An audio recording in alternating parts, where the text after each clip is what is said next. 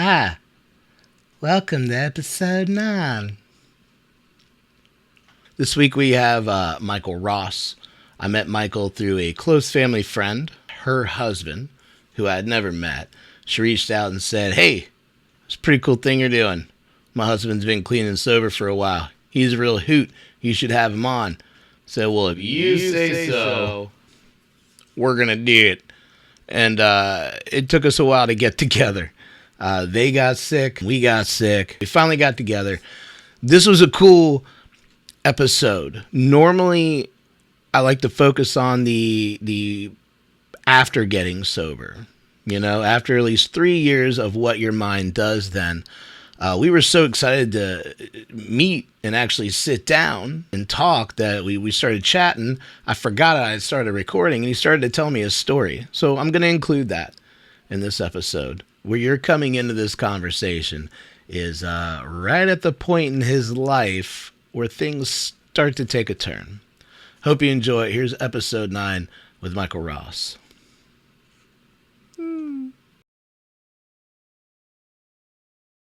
It's been one of those hectic days where nothing could go as planned. It's been one of those shitty days when no one seems to understand. If I was just to cave in, would I be any lesser of a man? If I was just to forfeit, do you think there'd be a helping hand? I feel so deflated. Sometimes this life feels so overrated. It was great, and I'd drink on the weekends or whatever when I would go out to do that. If I had a show to play, I would have somebody babysit. I might have a beer or something, but I would never come home drunk or around the kids or any of that stuff. Right. Well, I ended up falling out of a work truck and breaking my back. I think that was the case that did it. I don't know because I didn't actually go and get the MRI at that point. Yeah. But I did go to the doctor because I couldn't move for days, and this was at a time where you're in pain. Here's some pills. Like candy. Yeah. Like candy. How are you feeling? Oh, yeah. You have a backache? These Percocets will get rid of that backache. The golden days. Let me know when you run out. I'll call you in another script. It was kind of like, when if you had parents that smoked, they'd write a note and give it to their kids so they'd go get the cigarettes. That was Percocets, it was so right? Easy. Right. And so I took the pills initially. I didn't really like the way they made me feel initially. It kind of made my stomach upset. Mm-hmm. And I was like, but they kept cutting me scripts. Literally, there was a point I had a drawer in my kitchen, just scripts and scripts and scripts. Mm-hmm. Well, I ended up dating this girl. We ended up being in a 5-year relationship, and she was really good with my kids, and so it was kind of this person. I took this relationship seriously. Yeah. We lived together. She helped me raise the kids half the time, all that stuff, and about 4 years into the relationship, she's like, "What are all these? You keep getting all these scripts." And I'm like, "Oh, I don't take those things. They keep giving them to me, but I don't take them." She's like, "Well, can I have them?" Oh, okay. So I took the ones that weren't expired. Yeah. And I went down and I filled some scripts or so I think I ended up somehow being able to get 2 bottles. Mm-hmm. And I was like, "There you go." And she goes, "Okay, thanks." And I was all, her back must hurt or something. You know what I mean?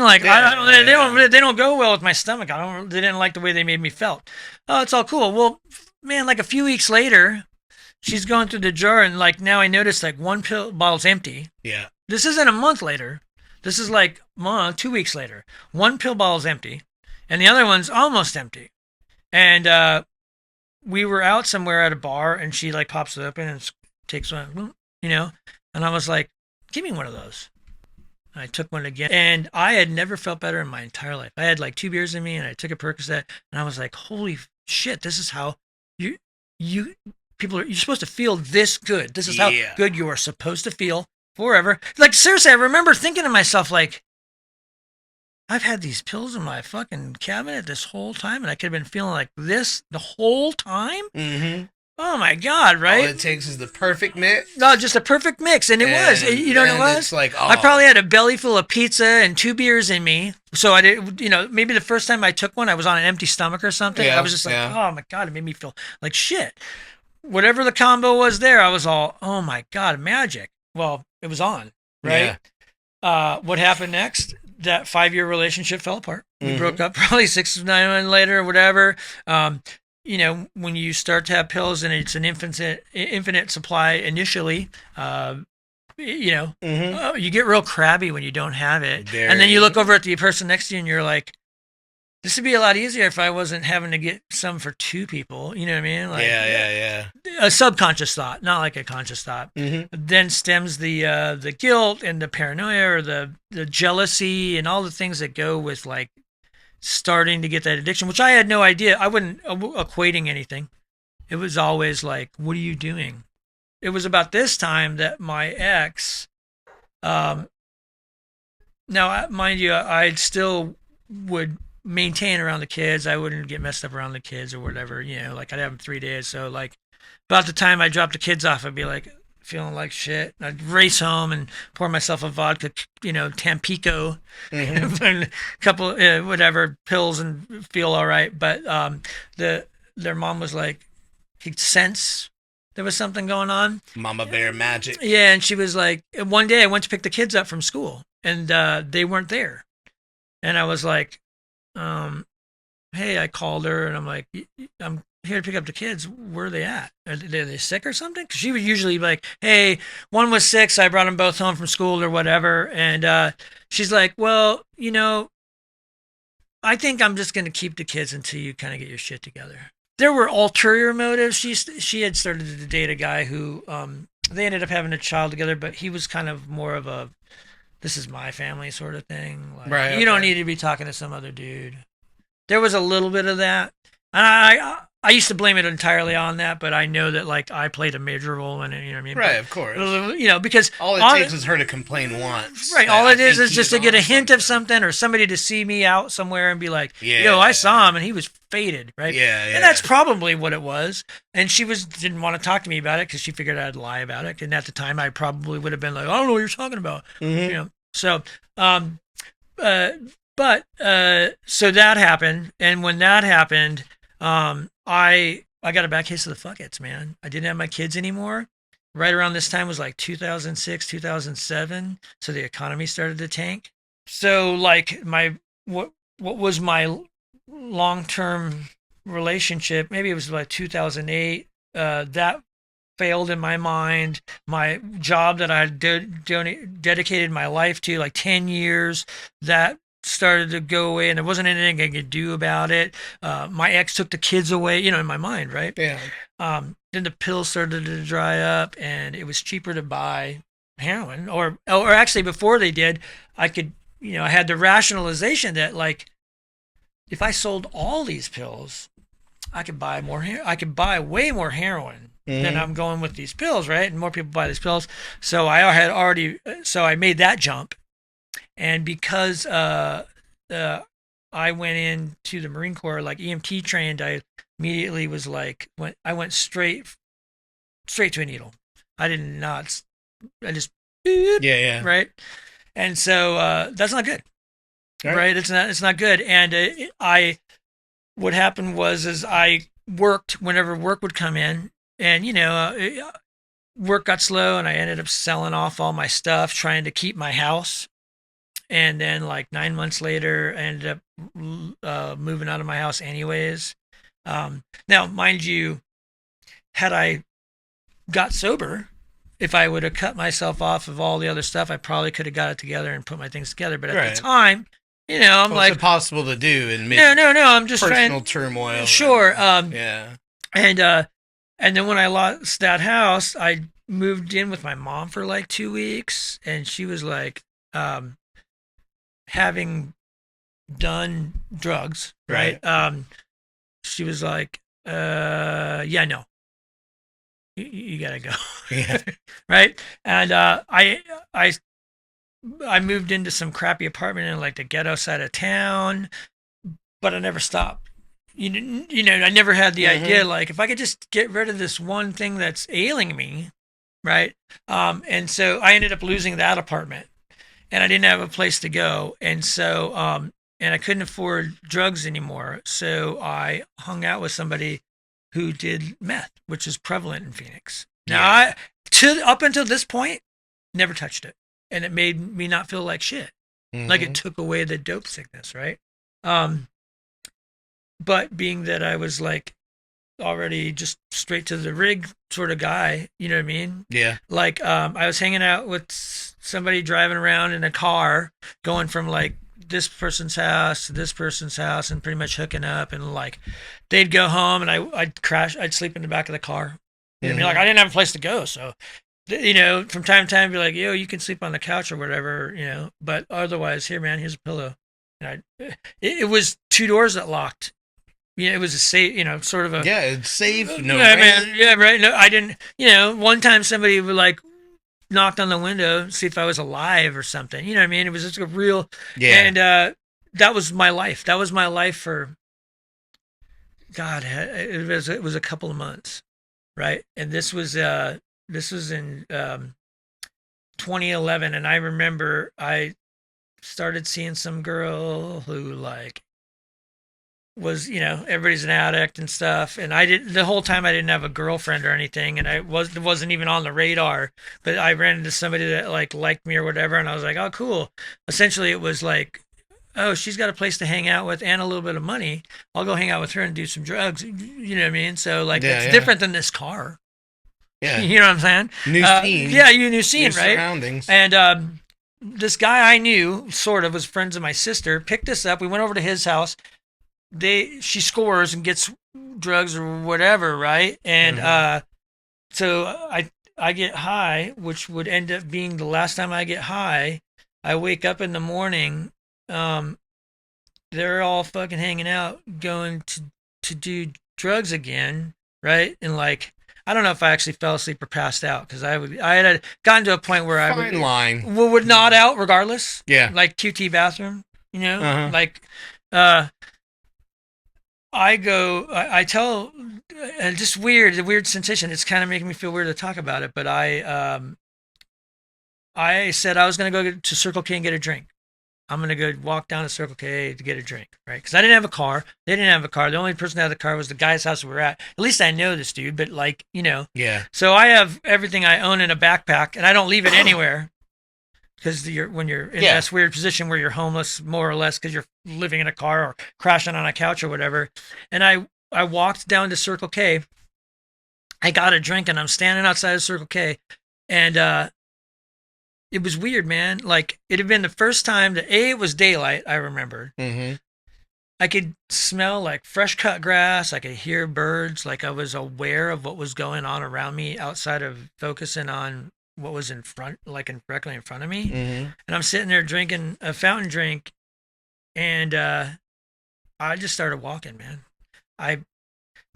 We were here on the north side, and I was about here, and I started walking down 19th Avenue, which was like next to a freeway, and I must have walked 6 or 7 miles. I got down to a park called Encano Park, big lake in the middle of it. It's like this old school park in Phoenix. Had like a little amusement park in the middle for like little kids, like a little train that goes around, like little rides and stuff. And I got to that park, and I sat on a park bench, man, and I was like, drink had been long gone, you know, it's kind of hot, whatever, but I sat there, and I literally sat there, and the sun went down, and the sun came up, and I was still sitting there, sitting in the exact same spot, and I got on my phone, which like was slowly dead. Now, I'd gotten text messages. Hey, where are you at? Where'd you go? Where are you at? Where'd you go? So I turned my phone off. I turned it on, and where are you at? Where'd you go? Where you go? Whatever. And I never answered. And even my sister, who was friends with the guy, whatever, had showed up because I guess people were looking for me. Yeah. And I get this Facebook message from 2011, like March of 2011, May of 2011, something like that, right? Or no, I'm sorry. Yeah, May of 2011. Where'd you go? Like a post on my Facebook thing. It's like a memory that pops up. And I didn't respond. I went to the library at some point and saw it or whatever. And I went to get a drink. I'm good. I went to get a drink. I'm good. You know, I'm gonna go get some cigarettes. Yeah, I'll be right back. So I I slept on that park bench for about 5 days. Mm-hmm. And I had no idea what I was doing. I had no, you know what I mean? Like I didn't know what I had panhandled some cash and got like a Circle K dog or whatever. You know what I mean? Like I couldn't talk to my mom. Thing I never bothered any of my normie friends. When I shut myself off back when I was doing the pills and the thing and the economy went down and I started to self implode, I just stopped hanging out with my friends altogether. Right. You know what I mean? I had my road dog, a dude that I did drugs with, and he ended up moving back in with his mom and stuff, and we went our separate ways. But like, I had walked out to a Circle K, and now mind you, I was sleeping at this park bench, still on my backpack. I'm sure I did not smell good, right? Because I don't know. I couldn't tell you when I was in the shower or whatever. I run into this girl that I had done drugs with years, 2 years prior, like back. So, you know, the time span had spanned. And I see her, and I used to know her from when I was a kid too, but she can't get her car started. She's at a Circle K. She's trying to get her car started. And I was like, whoa, what's up? She goes, oh my God, what are you doing? And she's like, my car won't start. And I was like, oh, seriously? And it makes noise. Her starter's stuck. I find a tire iron. I hit it a few times, loosens the starter up. She gets it started, and she's got to go back to work. And she goes, oh my God. And I said, well, here's the thing. You turn the car off, it's probably not going to start again. So you may want to take your car home and have somebody take you to work or figure it out. You'll be fine. It's not going to die on you, but as soon as you turn it off again, it probably won't start. Starter's not going to start again. I don't know how I managed to do that, but I did. I told her, yeah, you know, let me know when you want to fix it or whatever. And she goes, oh my God, thank you so much. Right. And I was like, oh, cool. I got to help somebody. Mm-hmm. Now, I didn't know anything about her as far as I knew. She may be still on drugs or whatever, but she had a job. And she called me, and I didn't tell her that I was sleeping on a park bench. Right. I told her that I was living with my dad, who stayed in this guest house of a place where he used to work and stuff. It was kind of a weird situation, too. You know, made up some lie. Yeah. And anyway, so she called me the next day, and she's like, hey, when do you want to start? I'm like, whenever you want. And she goes, oh, I'm free tomorrow. So she goes, I got a meeting tonight. Otherwise, we could do it tonight. And I was like, I didn't ask. I was like, work meeting at night? She worked at a shipping place where she worked like early morning. Yeah. And I'm all meeting. It didn't even just, didn't pay attention. So then I said, well, pick me up. So I made it over to my dad's place so that she could pick me up there.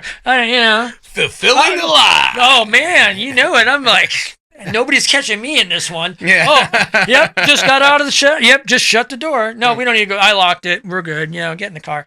Drive over to, she had borrowed her friend's car, drove me over there, pulled the starter out. We went and got the part. I couldn't get it back in, and then I had to leave it like that because she had some shit to do. And then I came back the next day and finally got together. She was having a meeting at her house, and it was like like a home group, like 3-5 girls or whatever. Well, she had shared that she had been in a program and she was sober. She had a kid. She had an infant, like a 9-month-old. And I was like, well, where's the dad? And she's like, yeah, it wasn't about like the relationship. She's like, I hooked up with somebody. She was in the rooms and she like dated some guy for a couple months and she ended up getting pregnant and she wanted to keep the kid. And their relationship, I think, was already over before he was born. Like It didn't last long. You know how that thing is. But anyways, got her car running and then she's like, are you still using? Because obviously I didn't look good. Right. Now, I had been sober for that. It'd been a week. Like I had walked away from it all, and I was like, no, I'm not using anymore. It had been because when we knew each other, it was heroin. Yeah. So she didn't even know about the other stuff because she was like, you seem a little high strung. I don't remember. And I'm like, well, when we were hanging out, we did nothing but chill. Yeah. You know what I mean? It was like doing the other thing, even with the ADHD and all that other stuff. So it was like, so I'm sure I was like talking a mile a minute, but she kind of knew what was going on. Like she had been sober 2 years, and she's like, you can let me see if I can get somebody that can help you. And my first thing was like pride. Yeah, like I got it. Yeah, I'm good. She goes, no, really. You know what? There's this group of women that when I got in the program, I didn't know anybody. They totally like reached out, befriended me, helped me, picked me up, did all these things, right? Because she had burned all her bridges, Yeah. family, everything else. You know what I mean? Like I separated myself to keep it away, but the she took me over to this girl named Kelly's house, and introduced me to her, and she goes, "All right, cool. You got to get a sponsor, within the week, and you need to do whatever your sponsor says. I'll let you move in. Rent's due on the 1st. It was like the 2nd of the month before, so no rent. Gave me a free place to stay. The bedroom with the bathroom. I had my own bathroom. I lived with it was her and another girl. The other lesbian girls. Not that it matters, but Right. she felt comfortable in the fact that she knew that I knew that she wasn't into dudes, and it wasn't anything weird like that. It was all about like this. A focused. It wasn't a environment. sober living, like they didn't do meetings at the house or anything like that. But she was in the program, and she had like 10 years sober, and and her roommate Susanna had like 5 years sober, and in comes this guy they didn't know. And she talked to me for a few minutes, and she let me come into the program, or let me move in, and I got into the program because of that interaction. So that's my story in its entirety. My sobriety date is September 19th, 2011. Damn, that's good. Yeah. Dude. So and when did you move? So that started that track, that new side right of your life. When did you, after that, when did you run back into your wife and then start seeing her? Oh, well, so this is a part of being sober that I didn't quite get. Yeah. I wasn't even, I mean, so there's those moments of dry sobriety where you catch yourself being like angrier than you should be. Yes. Right. Yeah. And there's, I think, maybe Gandhi doesn't do it, but I think that even people that are like 20 years sober, people still have we're human beings, man. We all have those moments. So there's that. But my first relationship, I didn't date anybody. It was 9 months before I dated anyone. Mm-hmm. I lived with Kelly for a while. She ended up buying a house a few months later. We went from this 4-bedroom house that was like in this historic district downtown, but it was kind of like being gentrified. Yeah. And then she moved into a house that was 2-bedroom house, so there wasn't room for me. They moved in, and I moved in with my mom for about another week or two. Now I was sober, and I could tell her that I was sober. Yeah. So she was like more like, "Oh, cool. Hey, let's try this out." Yeah. So I moved in. It was short-lived, and I got a little studio apartment. Well, I had started to date a girl, and it was weird to date somebody. This person wasn't sober, but wasn't like an addict, just a regular human being. Yeah. Social. So yeah, right. And I didn't really know too much about her, but we kind of got heavy into a relationship, sort of. I kept my distance because I didn't really have much. I actually didn't even have the apartment yet, so it wasn't like I was inviting her over to my mom's house. Right. So when we would do something, we would go do something. Yeah. And I would go over to her house, and she wanted me to move in right away, and I was like, red flag. Yeah, that's a big already. Okay, so she's like, now I'm 40, right? And she's 44. And after 2 months, she's like, you can come live with me. And I'm like, first of all, okay, you're really attractive. You have this house and all these things. You didn't have a boyfriend when I got here. I literally was like, so how crazy are you? Like, let's just, I'm not trying to be a dick or be weird or anything, but clearly, yeah. Otherwise, why are you not married and happily married? And what's going on? You're the one and only woman that constantly meets guys that constantly cheat on her? Because she was like a Playboy model and all this stuff, and she made her life. Oh, that's another thing. She was still dancing. Oh, okay. 2 nights a week, 2 days a week. She didn't do nights. She just like Tuesday and Thursday. Anyways, I didn't know that.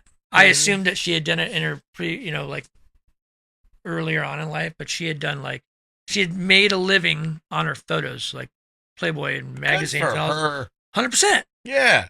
I took that first relationship, and she pushed me really hard to like, sort of like a Captain Save-A-Ho sort of thing. Like she was gonna get me up and get me back together and put me back on my feet, and like, you know, Oh, she was so gonna do that for me, right? that makes the red flag go away a little bit because fixers are Right. different. Yes. Yeah. But I had taken it a wrong. Here's how do I put this? So in my sobriety, I was like, okay, this is what I've gotten from being sober. I'm 10 times the person today. Not truly because of the sobriety point of it, but having gone to the lowest low. Mm-hmm. I mean, we could talk about like you know, battlefield scars and all the weird stuff that I did. That's not the point of this, you know what I mean? Because I left out a bunch of really probably gross stuff that we don't want to talk about. Yeah, but war stories. war stories, yeah, and that was the thing that I didn't like initially about some meetings I would go to. You know what I mean? So I know that like a lot of people don't. There are some people that don't subscribe to the program, and for me, it really worked well. It showed me that like you can be happy again. You can interact with people and enjoy yourself, and you don't have to be fucked up to do it. What I realized in my sobriety was that I was going to make this relationship work. I was the best version of myself, right? And that was it. Having gone through all the things that I've gone through, and where I am now, I learned things that people that don't put themselves through that. They don't learn the things that you learn about yourself, like self-reflection and stuff, and like that I'm conscious of other people's feelings, relationship-wise, you know what I mean? Before that, it was just like, what are you talking about? It's all about me, man. Me, you know what I mean? It's nice to kind of feel the empathy. Yes. Like, to me, empathy has been one of my greatest blessings to actually feel, because I never felt it either. Sure. Like, I was like, fuck everybody. I don't care about your feelings. Right? Like, your feelings are stupid. I'm important. Yep. Go fuck yourself. Yeah. But it's been nice, especially since, like, becoming a dad. Like, empathy is like that warm part of the heart that makes your body feel warm and loved and loving. And it's been... That's nice when somebody says that they've gotten that, because I know that feeling, because I remember that one time where it was like, oh my God, I have this. Right. You know? Yeah. No, I totally think that that's probably the biggest thing that, like, having put myself through it and having got sober has given me, you know what I mean? Is like, that first relationship lasted 7 years. It was horrible towards the end. Yeah. Like, it was cool for 2 years. It was like a building thing, and I got to be myself, and I went back to work, and I was working hard, and I went from getting an apartment to, like, I bought myself a car again, and I got my, you know, put everything back together, and I was like putting these pieces, and then this girl cheated on me. Well, there's no way it can fail because I'm sober now. And if I'm the best version of me, then I'm going to make this relationship work. So, you know, in the beginning, right, the failures of that, I realized that, okay, so the addiction went a little deeper than drugs and alcohol. Oh, yeah. And, you know, I mean, it was that. And about 5 years into sobriety, I went and I kind of reintroduced myself to my friends that I walked away from. My friend Rick, who was really close friends with Cece, and that guy Phil that she dated, I walked up to his house and I was like, hey, man. He goes, you're alive. And I was like, yeah, you know, I'm real sorry, but I didn't want for you to worry about if I was going to steal your shit or, you know what I mean? People don't know. People that don't do, these people, the only experience that they had with drugs and alcohol were like after school specials. Yeah. Johnny's sniffing glue. Johnny's sniffing glue today. Yeah. So, you know, I walked up to his house and I was like, hey man, you know, I just wanted to say, I had actually he was the one person that I actually told, hey man, I'm fucked up on drugs. I just want you to know this. I'm going to be disappearing. And I just want you to know that, like, please don't come to the house. Yeah. I don't want to lie to you. I don't want you to walk in my house. And I'm like, I just, you know, So when I came back around, I literally walked over his house and I was like, "Hey man, I just want you to know, like everything's good, whatever else, blah blah blah." And then he was still doing kickoff to summer parties and stuff, and I showed up for the next one, and dude, I drove like 4 people home that had been drinking. Nice. Oh yeah, I was like, "Hey, whoever needs to drive home, I'm a sober driver." You know what I mean? I did that all night, and I stayed out all late, and I like all these friends and stuff, and I just kind of reintroduced myself. But like so Phil. Cece's ex, and what tied Cece and I back together was that girl and I were still dating. Cece was selling a house, and her realtor was like, "Hey, I've got this friend's got a bunch of mid-century furniture. Why don't you see if you can borrow this desk? We'll put it in this room to stage this room for your house," because she was trying to get her house sold. Well, so she messaged the realtor was friends with my girlfriend at the time. Mm-hmm. So she messaged Suzette was her name, and Cece called Suzette, "Hey, desk," and then I didn't even know who it was, but all of a sudden Cece comes walking the door, and I was like, "I know you. You're dating Phil or whatever, right?" And she goes, "Well, we were. They were on the outs at the time. They ended up getting back together. You know what I mean? So this was a couple years prior to that, and I was like, "Oh, hey, it's good to see you." There was no weird sparks or anything. I had a girlfriend. She was dating some other guy or whatever. You know what I mean? So there wasn't anything, but we crossed paths, and she was like, "Oh, it's good to see you, whatever, like great."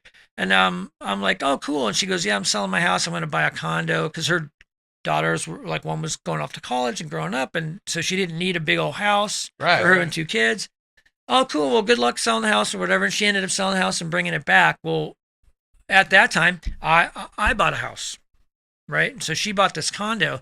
I ended up buying a house, and my girlfriend was like, "Why are you buying a house? I have a house." And I'm like, "Well, I'm still trying to put me together." You know what I mean? I'm like, you don't have to move with me, but I'm doing this for myself. I'm gonna buy this. I didn't think I'd ever be able to buy a house in my life, man. When it's a good feeling, dude. When I at one point, like prior to I thought my credit was so destroyed I would never be able to put it together. I was sitting there watching a TV Credit Karma app thing came on. I downloaded it just to check, and I think I had a credit score of like 590. And I was like, "Oh shit! Oh, so yeah, that won't get me a house." But I looked on there, and I think the only thing on there, so I was paying child support, and when I lost my job. Or when the economy went down, because they were automatically coming out of my check, and I didn't even have to deal with it. It went right to clearinghouse, because it was all through the courts and stuff. Well, that the only thing that was on there was like 12 grand worth of child support, and I was like, "Yeah, this is one of those things that like there are amends, and then there's financial, you know what I mean?" Like so, right, and I literally got that square. I got all things squared away, caught up. And immediately went straight down to the like DES office, made that final payment of money, and got that piece of paper with a big O. And it took them; they had to review it for like a month, right? And it's because I've been like what 8 years, yeah, by that time, yeah. So here's the thing. Now my kids had come back in my life. I got sober. Like I called their mom. I was like, "Hey, I just wanted you to know, like I'm alive. I'm sober." Her and the guys had separated. So she was more apt to like, the kids really miss you. You know what I mean? So there was nothing keeping her, or like she wasn't in a relationship that was like, "Oh, you don't need to talk to your ex," or one of those.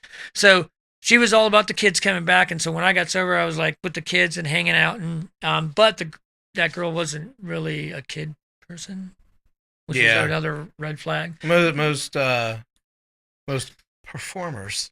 Yes. That do not have them, and then their fixers are not kids. Yeah. No, they're all about like, I'm taking care of you, not anybody else, right? Yeah. But I got it all together, and I remember that day that I got that packet where I got that cleared off.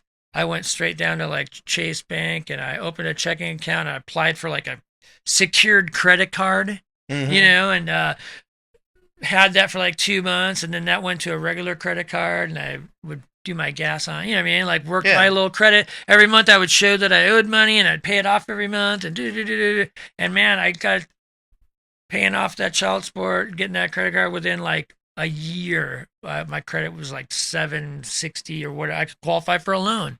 And they gave me one. And I literally Man, I gotta tell you, I like all the pieces fell together. I bought a house in a neighborhood that I wanted to live in. It was Mm-hmm. kind of a nicer neighborhood. It was around that park that I was homeless in. So when I moved into shit. that neighborhood and I started to fix up that house, I would, oh, the neighbors, so nice to meet you. Yeah, this house has been empty for a while because it was like a house that needed to be fixed up in an otherwise nice neighborhood sort of thing. I scored. And when I would meet people, I would instantly like share that story. I'm like, yeah, I used to be homeless in the park. And they're all like, oh, not Could I have your name first, please, sir? yeah. Okay. I'm sure it wasn't like that. Well, but you know what I mean. It's funny because Yeah. people would be like, "Okay, let's not invite him over for the neighborhood picnic or whatever." Right, But, so I didn't know anything about like your sobriety or anything like that. Yeah. And in fact, I didn't even know that we had gotten started filming. Man, I'll be honest with you. Yeah, no, Started talking I about love it. doing that. To be Right, honest right. I'm with just you. like, but Nick I- last week, Nick and Rastiopi, he was like, he started I to say watched that. something. That was a great- He was like, So- first of all, I didn't know we were recording. And I was like, I got you, bitch. Damn it. Yeah, no, at first I was talking and then I got the gist. I was like, oh, yeah, we're like in it now. Oh, yeah. So, Beautiful thing. right? Yeah. So it's great. No, but honestly, so I'd watch the episodes, right? Yeah. And I'm checking it out. And I see, people's sobriety. And that, we've talked in length about like experiences and without getting Mhm. into like the grimy stuff, but, like what we do today to stay sober and like Yeah. my experiences in the program. And but I've been meaning to, and I keep hoping that like it comes up in the other episodes, but I don't think it quite has. But so my experience, I never went to rehab, right? I Mhm. never got to do that end of it and whatever else. But I've been meaning to ask you because I've heard like little snippets of like your sobriety, right? And so for you, Mhm. was it like you knew as a kid? Like, okay, so like, Like I was an addict? well, like my thing is like, I didn't start out real strong and then it like did. My sobriety came like, I mean, prior to 36 years old, Yeah. I'd go have a few beers. Like Yeah. for years, I never touched anything. I didn't want after it. And it wasn't until I got that emotional buckets and like the world sucks. I might as well just be high and not worry about it. Cause that was the answer for me, man. Yeah. Otherwise I was worried about why doesn't this girl like me or why can't I do this or why doesn't this happen and why, not that like, oh, I should change myself so I could have all that or whatever it is that Yeah. I'm looking for. But, I don't know. why didn't all I mean, that come? honestly, man, like I was late bloomer. Like I didn't drink I got drunk a couple times Yeah. as a teenager and threw up all over. So I remember the first time I got Yeah. drunk it was some guy's house. It was some ginger kid. It was when that HBO special Crips and Blood came Yeah. out. Okay. And this guy, he was a long, skinny, he had long ginger hair, and he thought that he was a Crip and was giving gang size room. Really? I drank a 40 of St. Ives, smoked a joint, threw up all over his room. That'd do it. Well, that dude is definitely life in prison by this point. Yeah. Like, he just wasn't, he had quit school at 14. Anyway, like a couple times, but honestly, man, it was like when I got friends, when I moved out of the house, I moved down here. Okay. And That's another thing. So you're from, I'm from North Carolina. right, but Just I lived up in Roanoke Rapids Okay. for my Yeah. childhood. But I just started like drinking with my friends in the apartments we moved down here. Yeah. Like I wasn't like doing it every night, and I think it really kind of changed when I started playing with a band that was actually doing good things. okay. Like we were packing out shows. We were Oh, okay, getting cool. free Yeah, so you're being booze. We were successful. like, yeah. I mean, I had it like You I was playing booking guitar. a club. I had a radio show. I was playing Really? in a band Wow, that's that awesome, would man. sell out a club of like 500-600 people. Awesome. And then I think it was just that's when I kind of like I was just drinking every night, driving blackout drunk, and I didn't realize it until Oh. I left that band for Myrtle Beach band that it wasn't really my style of music, but they were way more popular. Like they would sell out the House of Blues Really? and then sell out clubs out in Georgia and all that stuff. And I just had to get away from here, Right. from the situation. And then I moved down there and met my ex-wife, and we were both. It's not polite to call someone an alcoholic. We both enabled each other Sure. for every night drinking. Yeah. Wherever she's at now, I'm not saying that she is, but then we were. There's no doubt about it. Right. And then we moved. And then it was the same thing. I didn't know anybody in Virginia. Started comedy. Kept on. Moved back down here after my divorce. Was the same deal. Just blah blah blah. But I was much more taking more prescription pill. Like I've always loved painkillers, prescription pills, all that stuff. So how old were you at this time? Like, I don't know. Honestly, man, like timeline and stuff, I'm not good at because I don't remember a lot of it. Like I remember all the good stuff, but I don't remember just the regular nights drinking, which was every night. I mean, I moved back down here in 2014. I'm 44 now. I'm not good at math, but 10 years. Yeah, it was 10 years I've been back in Wilmington. It's so crazy on how much can happen in 10 years. Yeah. The whole, I think, and with my ex-wife, like we were, there was a lot of unfaithfulness. Sure. There, I'm not going to say who was on who because I don't like calling people out and doing things. Right. But it was like, I think my family's very religious. I'm not. Yeah. I'm spiritual. Like my grandfather was a minister. My mom grew up in a church. My mom was like the president of United Methodist Women of North Carolina for like years. Wow. They still very much religious. I'm very spiritual. Sure. So I believe in like universe energies, things like that. Right. Something in the universe gave me the strength to move back down here with my two best friends. Sure. And is that, Marco and Shorty. Yeah, you met you met Mikey there. Mikey. He's the third one. Okay. I have three like brothers. I gotta ask you. Best friends. Yeah. Are all your friends redheads or what, man? Yeah.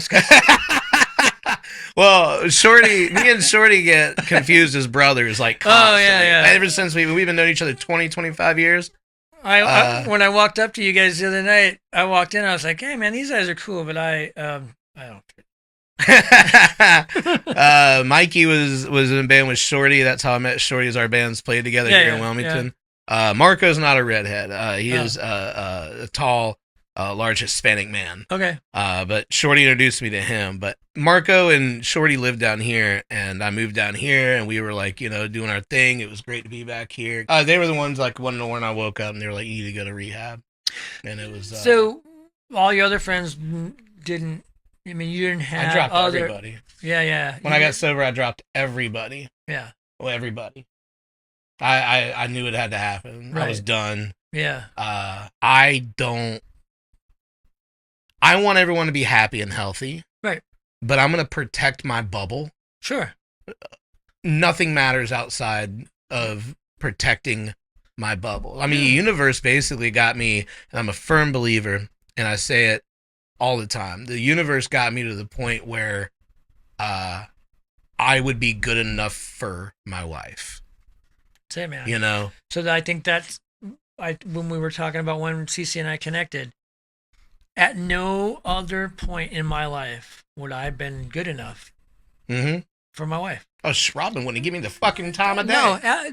No. She thought I was cute, and the moment she heard a word come out of my mouth, she'd have been like, Let me ask you these two questions here. Yeah, so I ask these for everybody, and I appreciate you telling me the story. Sure. Like, honestly, like you're probably going to be the first episode where I hear the complete story. There was one other time, and for time, I cut a lot out to stick with it. But trimming it down. And well, trimming it, we both have ADHD, so it's going to be... Oh, yeah, back to our story. We're going to have to, I'm definitely going to trim some uhs and ahs that we both do. Yeah, I have no idea concept of time. Man. So what is one characteristic of the old you that still pops up and reminds yourself of the old you?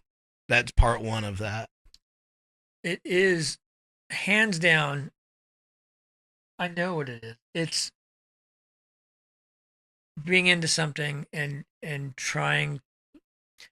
I'm really guilty of thinking that things have to be one way and doing it that one way, and then any adversary. Maybe you should. Yeah. I'm doing it. I'm doing it now. If I fail, you can bring your idea to the table. Where I'm like, if I needed help, I'd have asked. I got this all worked out. So, from what it sounds like you're saying, is there's two parts here. I Yeah. usually like to do a little bit of analyzation because I do consider myself a uneducated psychologist. Sure. So you did all this yourself, your life. You've had the life you had. Everything you just explained over the past hour, you did that yourself. Yeah. All of the mistakes and all of All the mistakes and all the things. So now at this point in your life, you're like, you're kind of, the wives would call it hard-headed. I'm not gonna say that's a jab word. No, I don't like isn't. it either. Actually, hard-headed. Well, so here's the thing. Coming from you in this discussion, absolutely not a jab. Right. We're right. both discussing the same.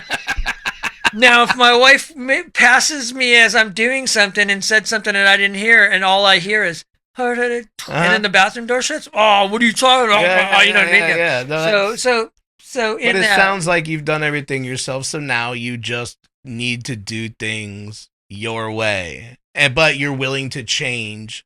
So if it turns out that your way is not the supreme way. So supreme way, right? After everything that you've had in your life to where you're sitting right now, what are you most proud of? Oh man.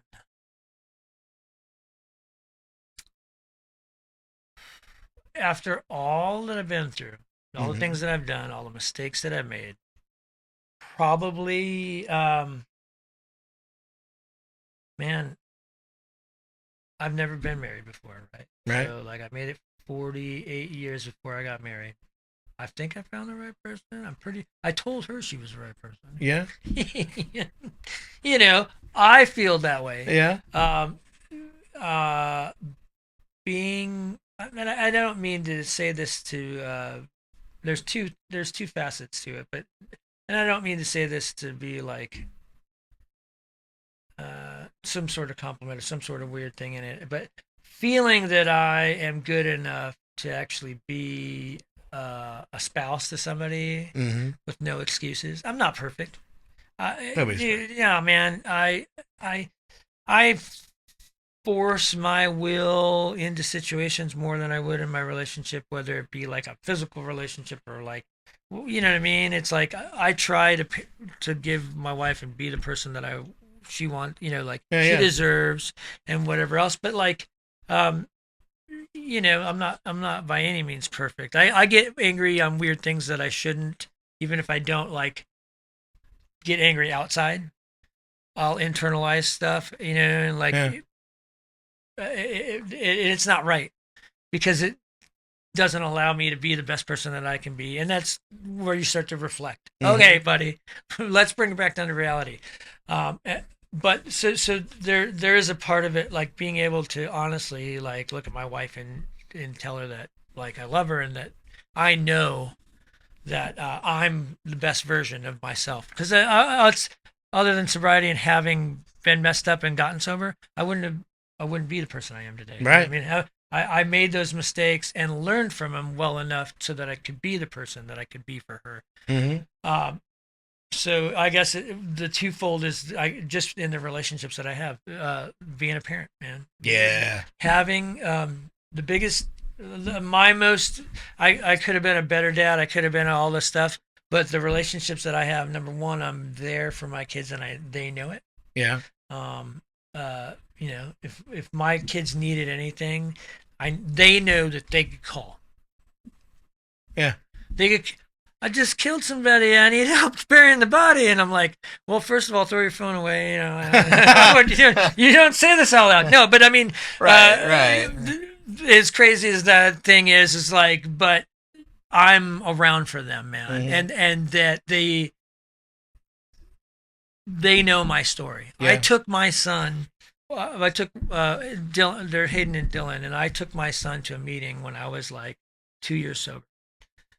I'm like, hey, we're gonna go skate down in Scottsdale Park, Scottsdale Skate Park. There was a meeting down there. It was a big one, like they'd bring people in from like California and stuff to share. So it was kind of like this big to do thing, and they're usually pretty funny because they'd have entertaining people that would share. Yeah. And I brought him down to that, and he sat there with me in this meeting. You know, so it wasn't like war stories. I wouldn't have drug him to some right.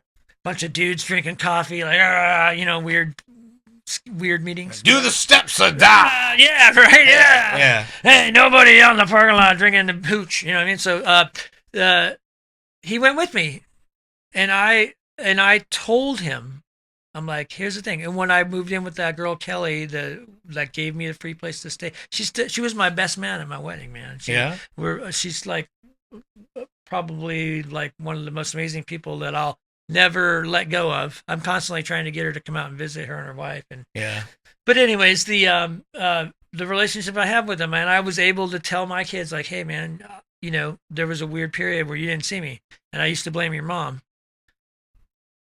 But I was, you know, I used drugs and this and that, and like, you know, a glossy version of like, of course. But that's what it is, and I'm never not going to be there for you, you know, going forward, whatever it is that you need.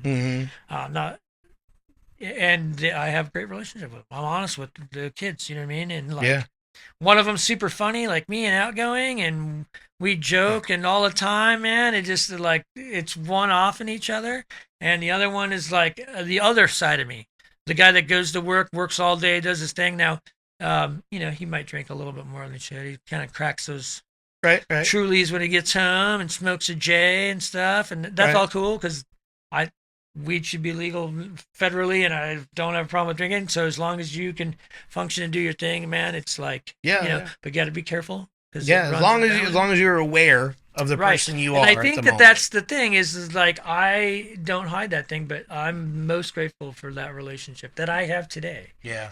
That, like, you know, my kids know I love them, and I can be honest with them about like what I've done, and not hiding that situation, I think may help them come to maybe make a good decision if it ever comes across their path, because I'm not there to protect them constantly. They're adults, man. They're 25, you know what I mean? I'm really hoping that I can keep open. I'm very, even with my 5-year-old. Like, I'm not like blunt honest, but she's awesome, man. Yeah, she's pretty cool. you can see it. My dad told me one time, it was like, you know, when he thought that I would never, like after I got divorced, and when he was like, yeah, I'm never going to have a grandkid. But he was just like, you know, I hate that you're never going to experience the love of a human that decides that they want to be with you, that you are worth it.